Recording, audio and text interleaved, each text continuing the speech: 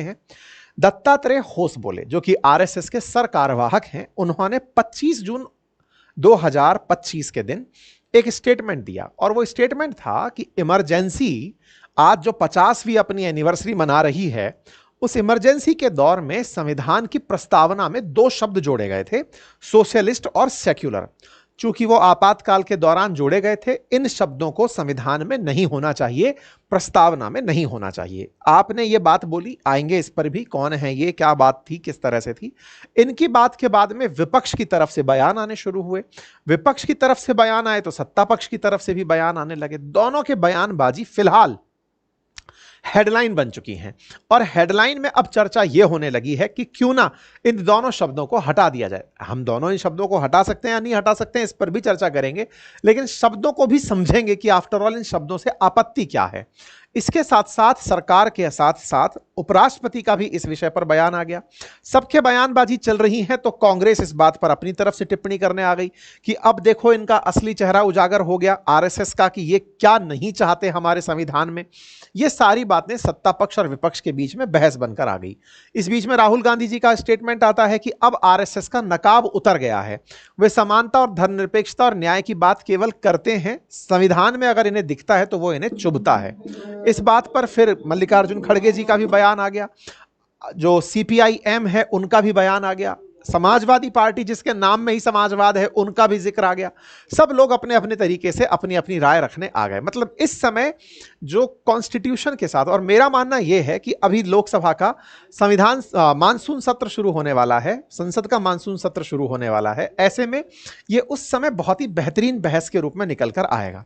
हम इस विषय को आज आपके सामने पूरा विस्तार से बताएंगे, लेकिन फिर भी अगर आपके अंदर भारतीय राज व्यवस्था को समझने का बहुत तेज मन हो रहा है तो हमने प्रॉपर तरीके से, मतलब लगभग 3 महीने लगा करके इंडियन पॉलिटी पढ़ाई हुई है। आप किसी एग्जाम की तैयारी करते हैं तो बेहतर है, नहीं भी करते हैं तो आप हमारे इस कोर्स को जरूर एनरोल करें। इसमें आपको जो भी देश भर में चलने वाली चुनौतियां हैं वो सारी विषय वस्तु के साथ पढ़ाई समझाई गई हैं अपनी पाठशाला एप्लीकेशन पर, जिसका लिंक कमेंट बॉक्स में पिन है।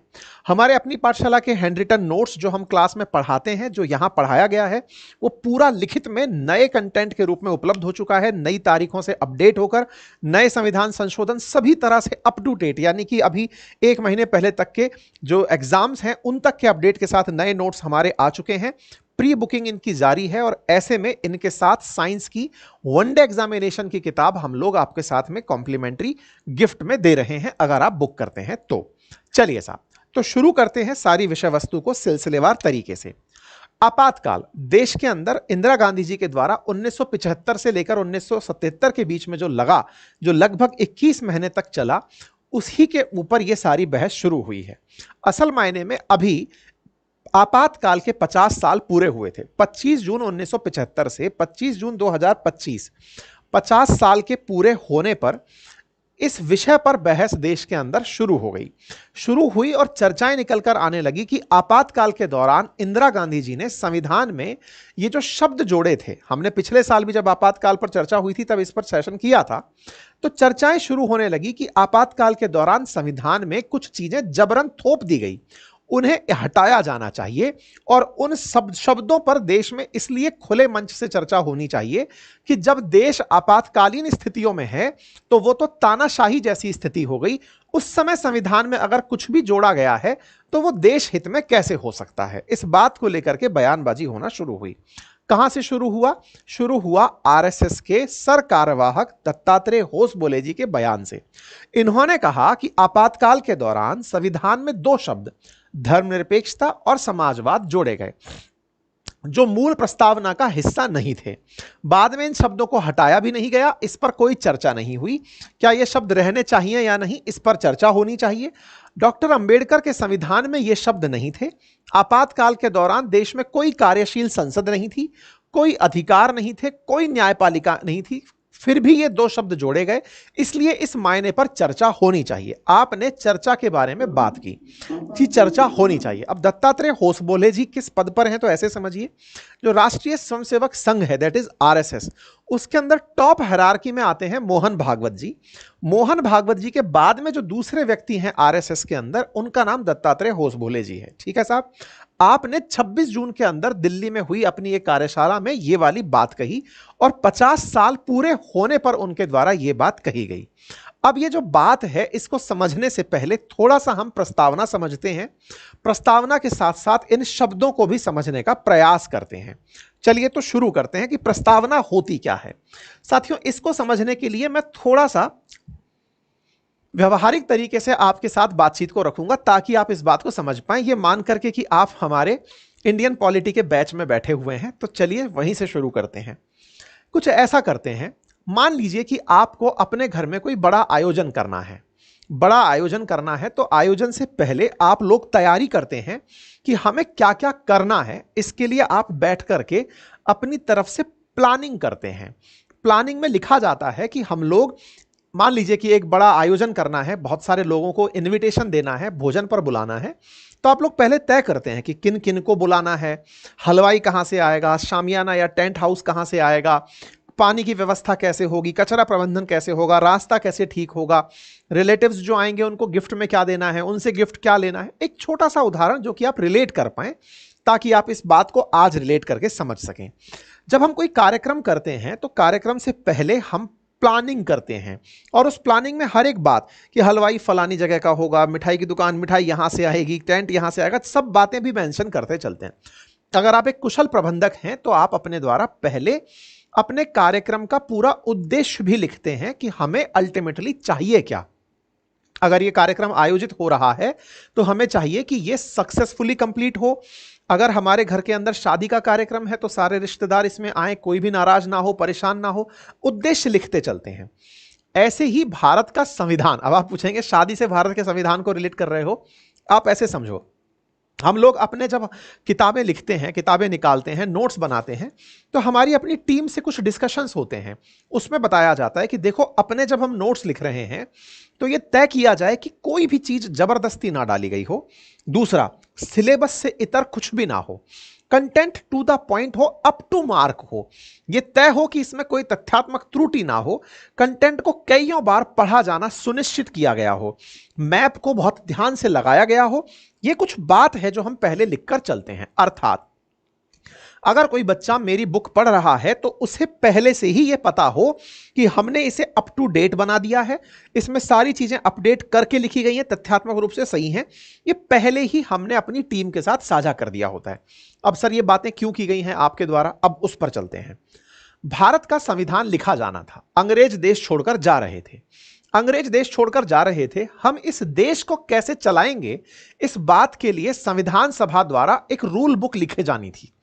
उस रूल बुक को आप संविधान कहते हैं। उसमें सारी बातें लिखी जानी थी कि देश में बच्चों के लिए क्या होगा, महिलाओं के लिए क्या होगा, अल्पसंख्यकों के लिए क्या होगा, है ना, SC ST के लिए क्या प्रावधान होंगे, सारी बातें उसमें लिखी जा। केंद्र के साथ क्या होगा, चुनाव कौन कराएगा, न्यायपालिका कैसे काम करेगी, लोकसभा में क्या होगा, प्रधानमंत्री कैसे काम करेगा, एक रूल बुक लिखी जानी थी। उस रूल बुक को आप संविधान कहते हैं। इस रूल बुक को लिखने से पहले यह तय करना था कि इस रूल बुक में क्या लिखा जाए। फिर से समझिए, आप ऐसे समझिए कि आप अपने घर के गैराज में क्रिकेट खेलना चाहते हैं। गैराज में क्रिकेट खेलना चाहते हैं तो बॉल से हो सकता है आपका शीशा फूट जाए, पड़ोसियों का फूट जाए, बॉल नाली में चली जाए। तो पहले आप रूल बुक लिखते हैं कि देखो भाई, डायरेक्ट दीवार पर लग गई तो आउट माना जाएगा, बॉल सीधी बाहर चली गई तो आउट माना जाएगा, 1 टिप 1 कैच आउट हो जाएगा। ऐसे ही आप लोग अपनी तरफ से जब नियम लिखते हैं और फिर खेलना शुरू करते हैं, तो देश को चलाने से पहले एक रूल बुक लिखी जानी थी। उस रूल बुक का नाम था संविधान।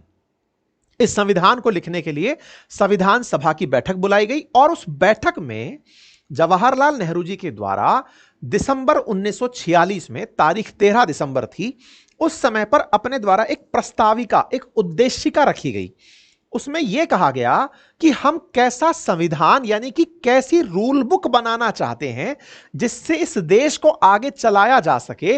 अंग्रेज चले जाएंगे तो भी यह किताब रहनी चाहिए, इस संविधान के अंदर लिखी हुई बातें ही हमारे देश की गाइडिंग प्रिंसिपल बने। इस बात के लिए नेहरू जी द्वारा 13 दिसंबर 1946 को एक प्रस्ताव लिखा गया, एक उद्देश्य लिखा गया। उस उद्देश्य को पढ़ करके संविधान निर्माता सभा जब जब अपनी बातें लिखे तो बस ये मैच कर ले कि हम किस उद्देश्य से इसे लिख रहे हैं। ठीक है साहब, उद्देशिका के अनुसार संविधान बनना तय हुआ। हमारे द्वारा दी गई उद्देशिका जनवरी 1947 में एक्सेप्ट हुई और संविधान बनना शुरू हुआ। नेहरू जी द्वारा यह प्रस्तावित थी। संविधान 2 साल 11 महीने 18 दिन में बनकर तैयार हुआ। 26 नवंबर 1949 को संविधान तैयार हो जाता है। ऐसे में इस उद्देशिका के अंदर जो बातें लिखी गई थी उन्हीं को ही यहां पर दिखाया गया संविधान के अंदर कि देखो ऐसा बना। ठीक है साहब। अच्छा, ऐसा इस उद्देशिका में क्या लिख दिया था? इसमें लिखा था, we the people of India, यानी कि हम भारत के लोग, have solemnly resolve to constitute India into a sovereign socialist secular democratic republic. बस यहीं से बवाल शुरू हो चुका। इस संविधान के अंदर, इस प्रस्तावना में ये जो 2 शब्द हैं, सोशलिस्ट और सेक्युलर, और एक शब्द यहां पर है उसका नाम है इंटीग्रिटी, ये 3 शब्द शुरुआती प्रस्तावना में नहीं थे। शुरुआती प्रस्तावना कैसी थी? तो वो ये थी, सॉवरेन डेमोक्रेटिक रिपब्लिक। इस संविधान प्रस्तावना में ये 2 शब्द कौन से सोशलिस्ट और सेक्युलर, ये शब्द 1949 तक जो अंगीकृत की गई प्रस्तावना थी उसमें कहीं पर मेंशन नहीं थे। अब सवाल यह आता है कि साहब जो 2 शब्द जोड़े गए हैं उनका मीनिंग भी बता ही दो। जब इतनी बातें हो ही रही हैं तो ये 2 शब्दों से ऐसा भी क्या बिगड़ गया जिसको लिखने से इतना बवाल शुरू हो गया? शब्द क्या है साहब? सोशलिस्ट, और एक शब्द है सेक्युलर।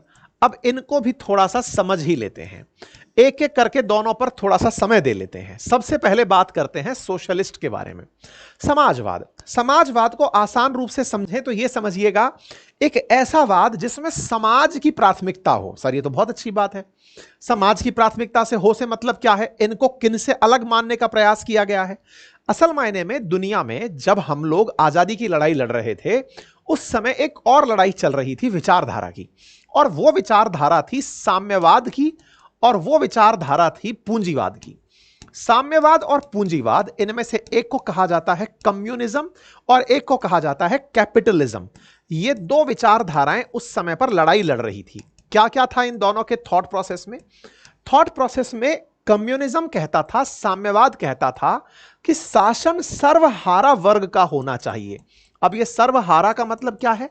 मतलब आम आदमी का, यानी कि वो व्यक्ति जो कि गरीब है, वो व्यक्ति जो मजदूर है, जिसकी वजह से सब इंडस्ट्रीज चल रही हैं, उन्हीं का ही शासन होना चाहिए। यह साम्यवाद की अवधारणा थी। वहीं पूंजीवाद कहता था कि जिसके पास टैलेंट है, जिसके पास कैपेसिटी है, उसके पास संसाधन इकट्ठे हो भी जाएं तो क्या बुराई है। अर्थात अगर टैलेंटेड व्यक्ति अपने टैलेंट से कुछ नया डेवलप कर भी ले गया तो लड़ाई क्यों हो रही है? तो पूंजीवाद असल मायने में अमीर को अमीर बनाने पर विचार करता था, और साम्यवाद यह मानता था कि अमीर नाम का कोई व्यक्ति होना ही नहीं चाहिए, वो केवल धन का संग्रहण कर रहा है, वो शोषण कर रहा है, इसीलिए गरीब व्यक्ति के हाथ में नियंत्रण होना चाहिए। इन 2 विचारधाराओं से लड़ाइयां चल रही थी। औद्योगिकीकरण के बाद पनपी हुई यह विचारधारात्मक लड़ाई थी, क्योंकि औद्योगिकीकरण के दौरान, औद्योगिक क्रांति के दौरान अमीर बहुत ज्यादा अमीर हो गए थे यूरोप के अंदर और अमेरिका के अंदर। ऐसे में जो लोग वहां पर सर्विस क्लास था, यानी कि जो लेबर था, वो अपने आप को बड़ा ही शोषण में पाता था कि उसका बहुत शोषण हुआ है। ऐसे में साम्यवाद यानी कि गरीबों ने कहा कि हमारे दम पर तुम अमीर बने हो तो हमारे हाथ में नियंत्रण होना चाहिए। यही कारण है कि आप रूस की क्रांति जो पढ़ते हैं वो इसी से प्रेरित होती है। मार्क्स के जो विचार हैं वो इससे प्रेरित होकर के पब्लिक होते हैं और मार्क्सवाद जैसी विचारधाराएं निकल कर आती हैं। ये मैं इतनी बड़ी विचारधाराओं को 5 मिनट में समझाने की गुस्ताखी कर रहा हूं, इतनी आसान नहीं है चीजें, फिर भी हम एक ओवरव्यू लेकर चल रहे हैं। ठीक है साहब। पूंजीवाद में अमीर के पास में संसाधन का ऑप्शन हो, यह बात मानकर चल रहा था अमेरिका, और अमेरिका अपने इस विचारधारा को प्रमोट किया जा रहा था। ठीक है साहब। इन दोनों विचारधाराओं के बीच में अचानक आ गए हम आजाद हुए 1947 में। आजाद हुए तो हमारी दिक्कत यह थी कि हम कौन सी विचारधारा में आगे बढ़ने वाले हैं, देश को कहां लेकर बढ़ें। अच्छा, अगर हम साम्यवाद अपनाते हैं कि गरीबों के हाथ में नियंत्रण हो, तो साहब हम तो खुद ही पूरी तरह से गरीब हैं, अमीर तो था ही नहीं हमारे हाथ में, तो हम लड़ेंगे किससे। अच्छा, हम बात करें अगर पूंजीवाद की, तो क्या हमारे पास इतने उद्योगपति थे क्या जो इंडिया को अमेरिका के टक्कर में ले जाएंगे। हम ऐसी स्थिति में आजाद हुए थे जब ना तो प्रॉपर साम्यवाद अपनाने की स्थिति में थे, ना पूंजीवाद अपनाने की स्थिति में थे। गांधी जी के विचार हुआ करते थे इस थॉट पर, जब उनसे पूछते थे कि गांधी जी आप क्या मानते हो, देश को अमीरों को मतलब उद्योग धंधे बंद करा देने चाहिए क्या? क्योंकि ये जो बाहर की कंपनियां आई थी ये हमको लूट कर ले गई। जब बाहर से ब्रिटिश ईस्ट इंडिया कंपनी जैसी कंपनियां आई, हमें लूट कर हड़प कर चली गई, तो अब हमारी आवश्यकता नहीं है सर, इनको भगा देना चाहिए, हमारे देश में भी उद्योग धंधे नहीं पनपने देने चाहिए। तो गांधी जी ने कहा कि नहीं, मैं ऐसे समय पर ट्रस्टीशिप की अवधारणा मानता हूं और उसका उद्देश्य है अगर आप टैलेंटेड हैं तो टैलेंट से धन का संग्रहण करें, लेकिन देश के लिए खुद के लिए जितना आवश्यक हो उतना पैसा रखें, उसके अलावा देश को समर्पित कर दें। और वहीं से कर की अवधारणा का शुरुआत मानी जाता है। खैर, फिलहाल के लिए इन दोनों के बीच में जब हम आजाद हुए तब यह देखा गया कि अगर हम लोग बहुत ज्यादा कंपनी ओरिएंटेड होकर चलने लगे तो हमारे लोग तो और गरीब हैं और गरीब हो जाएंगे, और अगर हम केवल गरीबों के हाथ में शासन दे दें, यानी कि हम ये कहें मजदूर के हाथ में, तो मजदूर तो तब सरवाइव करेगा जब पूंजीपति होंगे, पूंजीपति है ही नहीं। ऐसे में हमने एक बीच का मार्ग अपनाया और वो मार्ग था समाजवाद का। समाजवाद विचारधारा यह थी कि अगर अमीर आदमी अमीरी कर रहा है, उद्योग धंधे चला रहा है तो चलाए, लेकिन सरकार अपना नियंत्रण रखते हुए उस अमीर आदमी से टैक्स वसूलेगी और उस टैक्स से गरीब आदमी के अपलिफ्टमेंट का काम करेगी। यानी कि अगर देश में अमीर और गरीब दो वर्ग हैं तो अमीरों पर से धन निकाल करके गरीबों पर खर्च करने का काम सरकारें करेंगी समाजवादी विचारधारा के तहत। यानी समाज को अल्टीमेटली अमीर और गरीब में ना रखकर एक जैसा रखने का प्रयास करेंगी, अमीरों से लेंगी, गरीबों को देंगी, ऊपर उठाएंगी, बीच में चलाएंगी। इस विचारधारा के साथ में देश आगे बढ़े, यह मध्यम मार्ग अपनाया गया।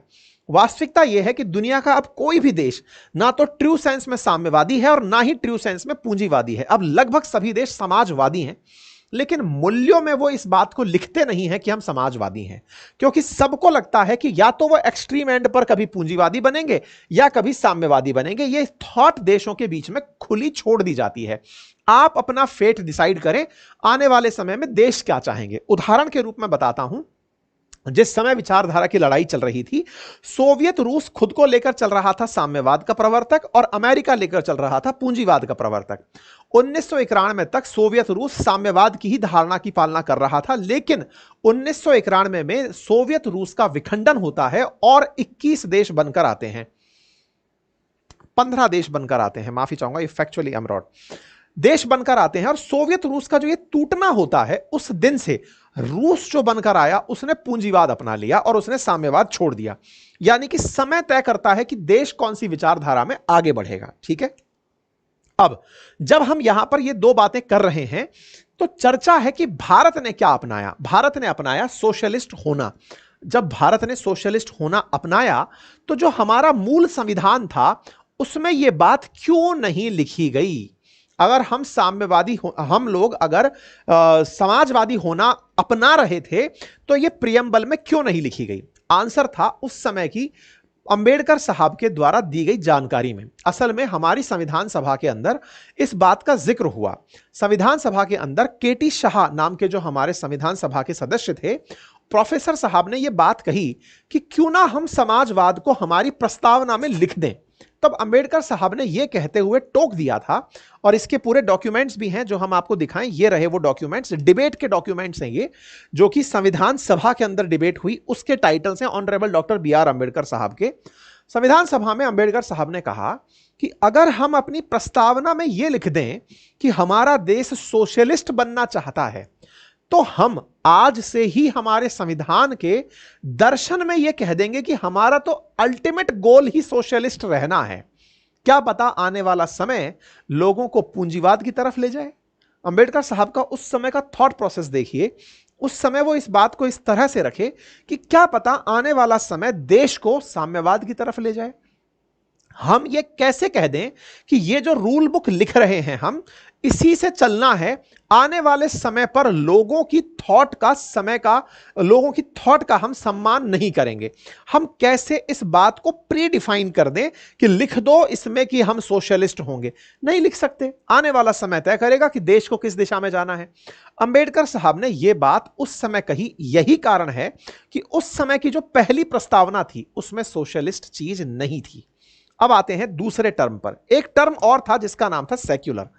असल मायने में जब हम इसका हिंदी अर्थ तलाशते हैं तो हिंदी अर्थ निकलता है धर्मनिरपेक्षता, लेकिन इस शब्द से बहुत लोगों को परहेज है, इसलिए इसका दूसरा अर्थ निकाला जाता है और वो है पंथ निरपेक्षता। अब आप पूछेंगे अब इन दोनों में क्या अंतर है साहब? आइए थोड़ा सा इस पर विमर्श कर लेते हैं।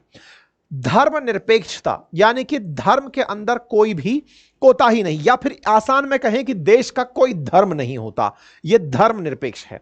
और पंथ निरपेक्ष का मतलब है कि देश किसी एक पंथ का नहीं होता, यह पंथ निरपेक्षता है। दोनों में पहले अंतर समझ लेते हैं। भारत सनातन संस्कृति को मानने वाला देश रहा है। गीता के ज्ञान में धर्म की अवधारणा को स्थापित किया गया है। धर्म का अर्थ ही वही है जिसे धारण किया जा सके। जो धारणीय है उससे आप निरपेक्ष कैसे हो सकते हैं? यह मत है गीता में बिलीव रखने वालों का, सनातन में बिलीव रखने वालों का, और वो ये मानते हैं कि देश धर्म निरपेक्ष नहीं हो सकते। देश का तो धर्म होता ही है। देश जो भी कर रहा है वो उसका धर्म है। जैसे डॉक्टर का धर्म है इलाज करना, टीचर का धर्म है पढ़ाना, व्यापारी का धर्म है व्यापार करना नैतिकता के साथ। तो धर्म तो सबका है, धर्म के बिना देश कैसे चल सकता है? हां, लेकिन जो लोग पंथ में विश्वास रखते हैं, जैसे उपासना का तरीका, आप किसी का इस्लाम हो सकता है, किसी का क्रिश्चियनिटी हो सकता है, किसी का जैनिज्म हो सकता है, किसी का हिंदुइज्म हो सकता है, उपासना पद्धति अलग अलग हो सकती हैं। ऐसे में देश किसी एक उपासना पद्धति का समर्थक ना हो। अर्थात पंथ निरपेक्षता बनाम धर्म निरपेक्षता में हमारा देश पाकिस्तान की तरह इस्लाम आधारित नहीं होना चाहता, अर्थात किसी एक धर्म या फिर किसी एक पंथ आधारित नहीं होना चाहता। ठीक है, यानी देश किसी एक पंथ का पक्ष नहीं लेगा, सबको एक साथ देखेगा। इसी को पंथ निरपेक्षता कहा जाता है। अब सवाल आता है, साहब हमारी उस समय की प्रियम्बल में इस बात को क्यों नहीं लिखा गया? तो इस पर भी अंबेडकर साहब का मत यह था कि उपासना पद्धति सबकी अलग है।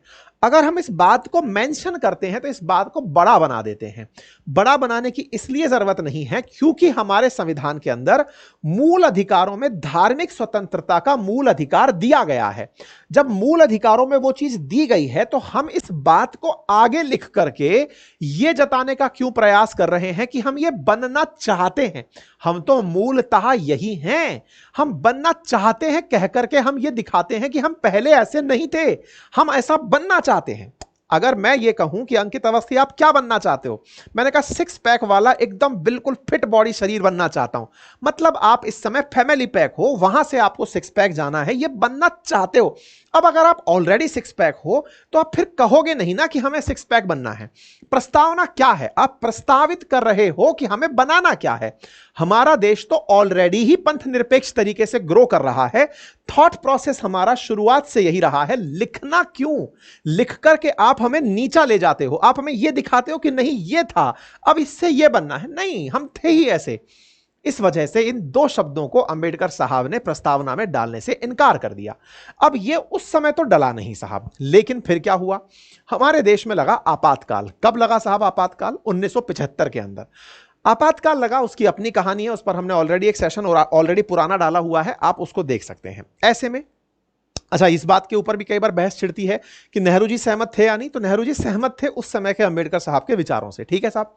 इंदिरा गांधी जी की सरकार आती है, इनकी राजनीतिक अस्थिरता का माहौल रहता है। आपातकाल के ऊपर हमने पिछले साल का सेशन किया था, वो भी आप देख सकते हैं, देख लीजिएगा। आपने उस समय संविधान में संशोधन कर दिया और संशोधन करके प्रियम्बल के अंदर 3 शब्द जोड़ दिए, सोशलिस्ट, सेक्युलर और इंटीग्रिटी। ठीक है, फिलहाल बयान पर बवाल सोशलिस्ट और सेक्युलर के हैं। क्या बवाल है? बवाल इस बात का है कि मैडम आपने ये जो 2 शब्द जोड़े हैं, पहले तो ये समझिए कि किसी के घर में फंक्शन होना था, फंक्शन हो गया। अब अगर आप कह रहे हो कि नहीं, फंक्शन से पहले बनाई गई जो उद्देशिका थी, जो प्रस्तावना थी, उसमें हम फिर से शब्द जोड़ेंगे कि हम ये बताएंगे कि हम बनाना क्या चाहते थे। बोले साहब प्रस्तावना में परिवर्तन क्यों कर रहे हो? आप जो लोग समझ चुके हो इसको ऐसे समझे, मान लीजिए मैंने एक किताब लिखी मैंने किताब लिख दी। किताब लिखने से पहले मैंने अपनी टीम को कुछ इंस्ट्रक्शंस दिए थे, उन इंस्ट्रक्शंस के आधार पर यह किताब लिखी गई। अब मैं 25 साल बाद जागता हूं और जागने के बाद कहता हूं कि सुनो, उस प्रस्तावना में 2 बातें और लिख दो। उसमें लिखो कि हम इस किताब को ऐसा बनाना चाहते हैं। क्यों लिखना भाई? प्रस्तावना तो सबसे पहले ही दिया गया तर्क था। अब लिख करके आप तो उल्टा चले जा रहे हो, आपने तो नियति को फेर दिया। प्रस्तावना में कोई परिवर्तन नहीं होना चाहिए था, यही तो संविधान की सबसे बड़ी मूल आत्मा थी, लेकिन आप उसको परिवर्तित करके यह कहना चाह रहे हो कि यहां से आगे भी संविधान बनता रहेगा। और हुआ भी यही। 1975 में लगे आपातकाल के चलते देश के अंदर संविधान में इतना संशोधन किया गया कि 42वां संविधान संशोधन जो 1976 में हुआ, उसे मिनी संविधान के नाम से पुकारा जाने लगा। इंदिरा गांधी जी के समय पर हुए इस संविधान संशोधन के चलते ही संविधान में 2 नए शब्द जुड़ गए। यह 42वां संविधान संशोधन था, जिसके चलते देश के संविधान में बहुत सारे परिवर्तन हुए, और उन बहुत सारे परिवर्तनों में अगर संख्या गिनाई जाए तो प्रियम्बल में परिवर्तन हुआ, 40 अनुच्छेदों में परिवर्तन हुआ, 7वां शेड्यूल में परिवर्तन हुआ, 14 नए आर्टिकल्स जोड़ दिए गए। तो कुल मिलाकर के संविधान में भरपूर परिवर्तन हुआ। इस भरपूर परिवर्तन में ये 2 शब्द सबसे ज्यादा विवादित रहे, समाजवादी और पंथ निरपेक्ष, धर्मनिरपेक्षता, हिंदी में धर्मनिरपेक्षता, भाव में पंथ निरपेक्षता। इन शब्दों के साथ साथ मौलिक कर्तव्य भी इसके अंदर जोड़ दिए गए। इन शब्दों के जोड़ने पर आज बहस क्यों छिड़ी है? जब जब इमरजेंसी की बात आती है, आपातकाल की बात आती है, तो आपातकाल होता क्या है? आपातकाल का मतलब होता है कि देश के अंदर जो एग्जीक्यूटिव्स हैं, यानी कि देश की सरकार चलाने वाले लोग हैं, वो सारी पावर अपने हाथ में केंद्रित कर लें, राज्य को किसी लायक ना छोड़े, न्यायपालिका को पंगु बना दे, उसे इमरजेंसी कहा जाता है। ऐसे समय पर अगर इमरजेंसी लगी तो इमरजेंसी के दौरान अगर देश के ताकत को आपने हटा दिया, देश के न्याय व्यवस्था को आपने हटा दिया, लेजिस्लेचर को आपने पंगु कर दिया, उस समय अगर आपने 2 शब्द जोड़ दिए तो आपने तो संविधान की आत्मा घोट करके शब्द जोड़े हैं। तो ये शब्द सही कैसे हो सकते हैं?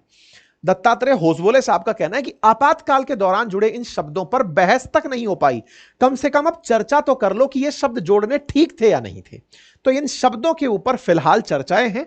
उम्मीद है मैंने शब्द भी आपको समझा दिए और शब्दों के ऊपर चर्चा होने की जो मांग है वो भी मैंने बता दी। अब सवाल आता है, सर इसको लेकर क्या कभी सुप्रीम कोर्ट में बवाल हुआ है? बिल्कुल हुआ है। सुप्रीम कोर्ट में पहला बवाल तो इसी बात पर था कि जो संविधान लिखा गया उसके आगे प्रियम्बल को माने या ना माने।